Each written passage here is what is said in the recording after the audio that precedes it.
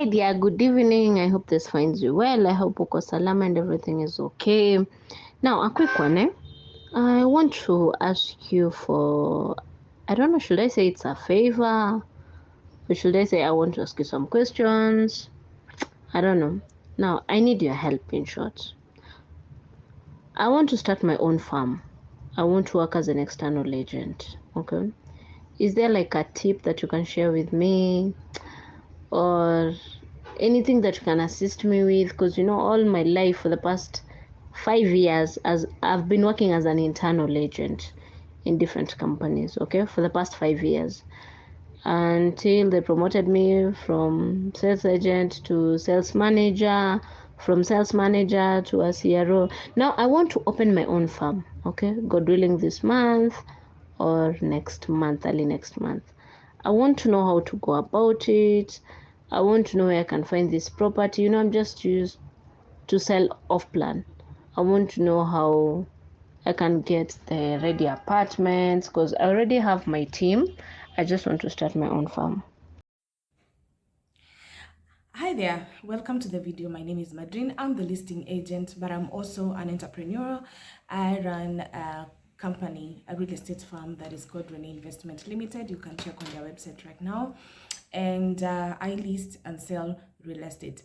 First, I would like to congratulate Khadija for making the bold step and working smart, being a internal sales agent for a real estate firm is a smart move because it means you've gathered all the knowledge that you need, the internal processes, even the acquisition processes, which is the best way to learn is to learn in the field. I learned in the field. I've been working. I've always been working. I've never stopped working in real estate. And every day you learn something new. And congratulations. Now you want to start your real estate farm in Kenya. I can promise you real estate is not about building a company and making profits. It's about building relationships, credibility, and creating systems that people can trust your brand. So let's delve into this video and learn more about how to start your real estate farm in Kenya. So the first thing that you do is to build your brand and legitimacy. By that, I mean you can go ahead and register a company through the business registration services in Kenya. Get yourself a license. Now that you're already working for another firm, you can ask your employer to be your endorsement because you need someone to endorse you to get that license. Then after that, when you get I'll talk about that process in another video, but that is the best thing, the best way to go. Then now use the QR website, create a website where you're pulling all your clients. You tell your story around there, just a brief story. You will be having all your listings on that website. Get yourself an email, an official email address. Then start with the social media. You can start with Instagram. Instagram is well known for high-end properties and luxury properties. You can also start with Facebook. It will give you access to meta ads. Your website will be great for SEO marketing and also blogging, where you share a little bit of nuggets here and there about real estate. You can check my website, though it's going to be upgraded real soon because you're onboarding other venture capitalists as well. Then the other thing you do is to source for properties. Now, this is your major questions, like how do you get properties and how do you get to work with the other developers? So I put a little bit pointers for you that you can look at. And number one, I feel networking has always and will always be my number one source for properties and clients. It works both ways. So you have to network your way out there. You have to ensure that you position yourself to a place where you will meet the right clients. So you have to make sure you are at the right place at the right time, and also to talk to the right people. So you have to network your way out, but it's not as easy as you might think. If you want to acquire properties directly, if possible, you can talk to landlords directly. You can talk to homeowners directly. You can visit construction sites. I usually visit construction sites now and then. You can talk to the caretakers and the security guards, the gatekeepers. They always know their bosses. They know they have properties in several places. And when you meet a landowner or a landlord, you ask for more. Don't just go for that one property that you know. You ask for more, but of course they have to trust you. Then the second best, and this works all the times, is referrals. I get referrals from people that I've not even met, um, through social media, through Facebook, through friends, clients that I've worked with before, their friends, lawyers. Oh, those are the best Kwanzaa. I get listings from these people. They give me listings all the time. Some get me buyers. When somebody refers you a buyer, then you have to know that there's a compensation. At the end of the day, when the deal is done, someone expects something from you. Some don't. Some are good, some don't. But it's always good to work with humanity, you know. Yeah, just be nice, you know, because they'll give you more listings from that. Then we have the online platforms. One platform that is well known in Kenya is Buy Rent Kenya. We have Property 24, we have Gigi, we have Facebook groups like Kenya Real Estate Deals, we have Nairobi Apartment for Sale. Not those marketplace Facebook pages on Meta platforms that work really well. They can connect you with people who have properties to sell and lease, and even buyers. Because what you need to do is position yourself in a way that you be able to serve the need of your client, and also meet the need of your agency, and also represent your clients as the way they should be. So you have to be the voice of them all. Okay. Most clients want somebody who will represent them and save them the trouble of going through the processes. So you have to be smart and handle them keenly. Then the other is the cold calls. Oftentimes I could get myself a vehicle and just have someone drive me through neighborhoods like Kitengela, Rwaka, Thika, Muthaiga, Runda, Kileleshwa. Even some I don't have connections there, but when I started, that's what I used to do. I would take an Uber. It was costly for me because I didn't have the car at the time, and I had to pay like even 9,000 a day, 10,000 for fuel, you know, and just going around the neighborhoods, talking to caretakers, talking to those people, the gatekeepers, and asking them questions. And it was fruitful because, and then I had little pamphlets, I had flyers. I used to hand them flyers and tell them, this is what I do. Please, can you give this to your employer? Please, can you give this to someone who has a listing that has properties that they would want to liquidate? And it worked. And also I partnered with some moving companies, the people who the movers company, you understand, the people who will move clients from one location to the next, and I would give them pamphlets and tell them, this is what I do. I know you have people who are moving in and out now and then, and please kindly give me a listing. Just give them something, and that's how I'll get listings and calls from strangers, and it worked perfectly well. And I think I might go back to that because I think that was the most effective way that accelerated my agency at that particular time. Then the other one is to build relationships with developers. If you look keenly online now, developers, they've taken their properties to the next level. They no longer rely on just agents, but they also have the internal sales agents, and they put their products out there in the market.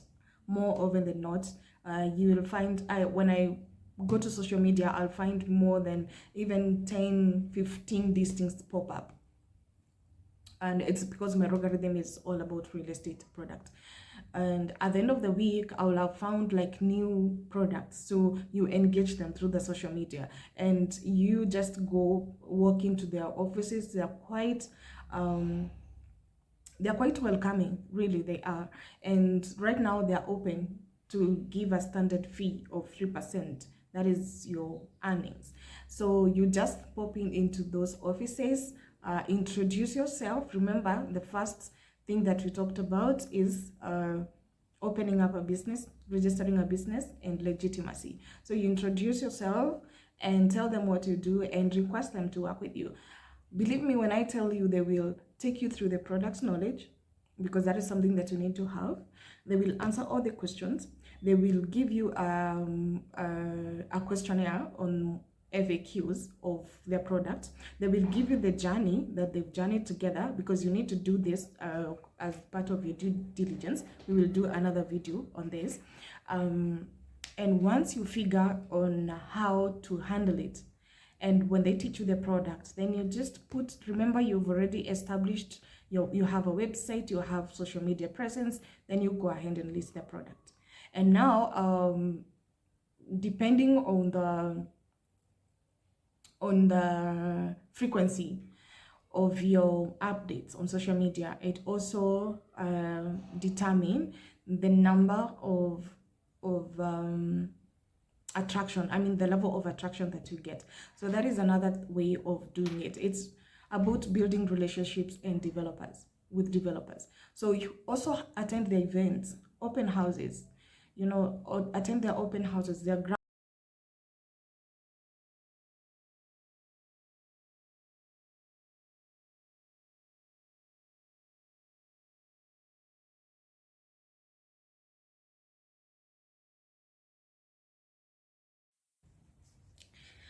So welcome back. So the other thing is to attend open houses, property expos, networking events in Nairobi, Mombasa, in Kisumu, if you can.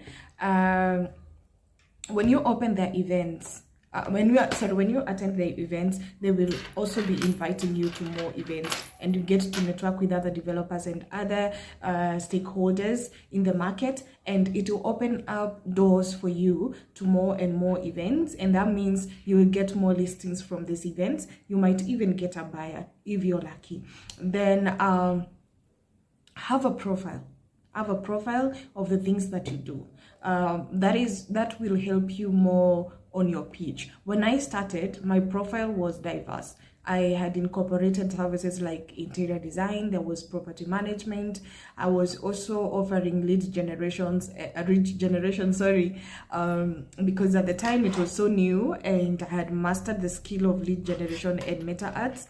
And right now I am in the point where I'm separating all these services into forming other companies, so that now I can just focus in reality. And I have now a marketing agency where it's called Upsurge Africa.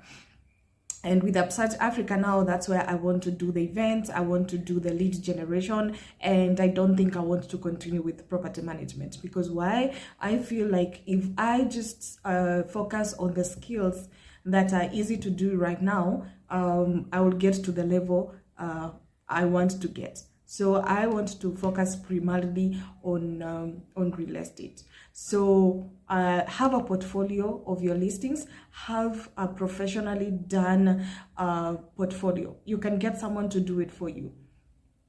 And now list it on the listings platforms. Some of these platforms will charge you, like Buy Rent Kenya, they will charge you some amount of money depending on the package. It could be 20, 30, 40K. But you have to negotiate and find out exactly how it works, because I realized also when I started with Buy Rent, I wasn't informed enough to understand how it works. But now I am planning on going back, but with a different knowledge and approach. So you also have to have a portfolio and share it with other people. Then once you have this, now you start reaching out.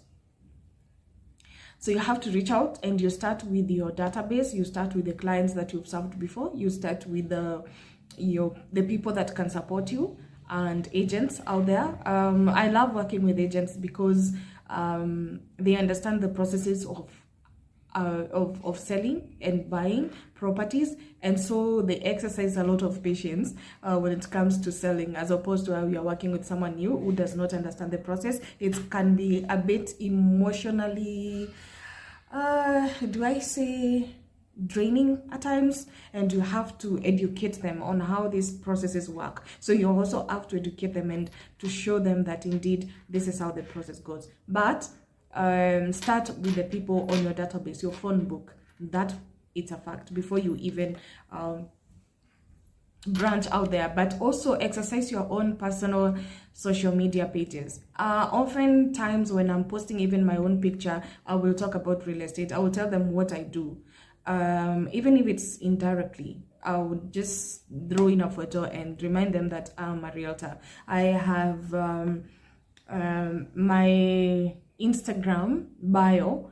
It's just tells them exactly what I do, and it's something that I've seen work, and I get referrals all the time. Then you need to master the art of using digital platforms smartly.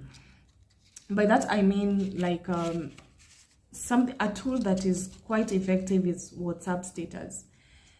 I post my listings on WhatsApp status even when I know I have like high priced products that I don't even know that if I could get a buyer from my status, I get a referral, because they know people know people, your friends know people. And let me tell you something, anybody who is on phone book and they know exactly what you do, they're the first person to speak about you, because the first thing that comes in mind when they hear somebody who needs a property, they will think of Madrid. So I post my listings there. I post even other agents' properties, of course, with their permission. And we get clients, we get referrals, and we get to sell the properties. I have gained a lot of partnerships. There's a property that we're about to start selling in Nanyuki, and I got it from my WhatsApp status. So use that tool wisely. Go and run ads. You can run ads on Facebook. I've just revived my TikTok presence, and it's going on well. I'm getting a couple of inboxes in there, and most of them, if you don't get a buyer directly, you will get a referral. Then you have to be consistent. So once you start your brand, once you start your company, you have to be consistent. Many are times that I have not posted. Oh my god, I'd even taken a long break.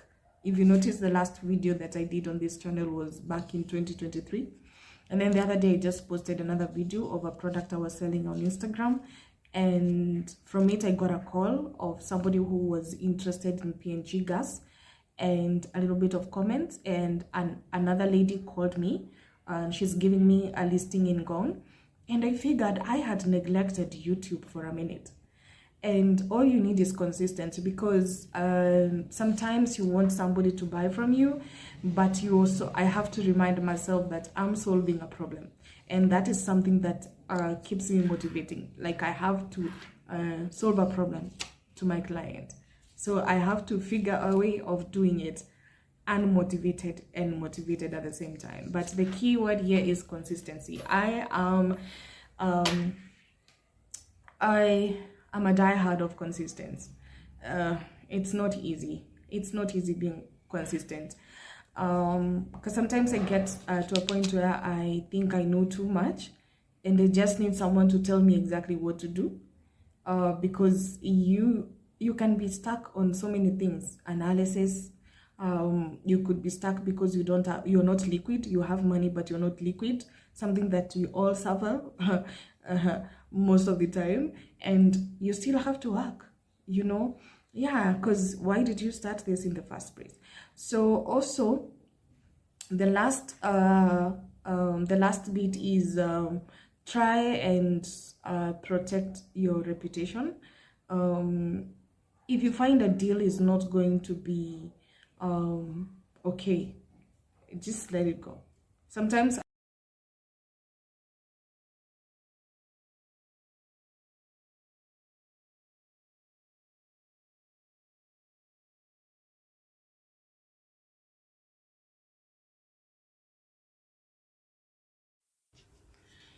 So my last point on this particular video will be try and protect your reputation as much as you can. Try and do things professionally. Remember what I said from the beginning, that real estate is not about making profit and building a brand or holding positions. It's about relationships, credibility, professionalism, so you need to protect your image as much as you can. Don't go out playing other professionals, allow other professionals to do their job. What I mean is that if it's a lawyer, if it's an architect, structural engineer, mechanical engineer, electrical engineer, don't rule them out. Try and work hand in hand with them.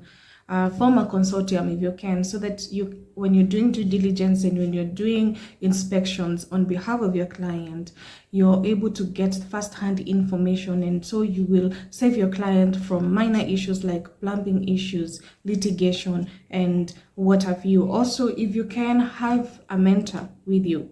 Have a mentor. I have mentors, not mentor. I don't have one. I have several mentors with me, and some I'm working with them on this journey because they are in it as well. They are doing it. So whenever I get stuck or I come across a problem, I'll just make a call, or maybe we can have lunch somewhere and discuss some of these issues and come up with possible solutions.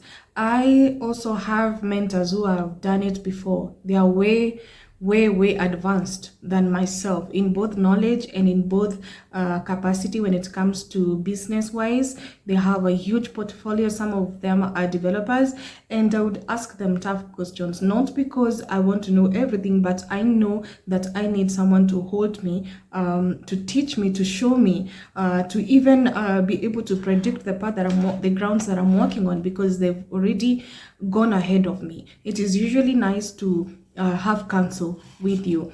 And the least but my last point advice will be just be consistent. It's not gonna be easy ever. Sometimes you don't feel like it, but do the work anyway. Don't do everything. Outsource if you can. If it's photography, videography, have somebody who can do that for you on the side, so that you don't end up pouring all your energy into one dimension of the business. So if you're aspiring realtor, or you're an agent, you want to make your skills into a brand, well, comment on this video below and leave a comment, a question. It could be our next video, and please like, share, and subscribe on my YouTube channel. I'm grateful, and bye.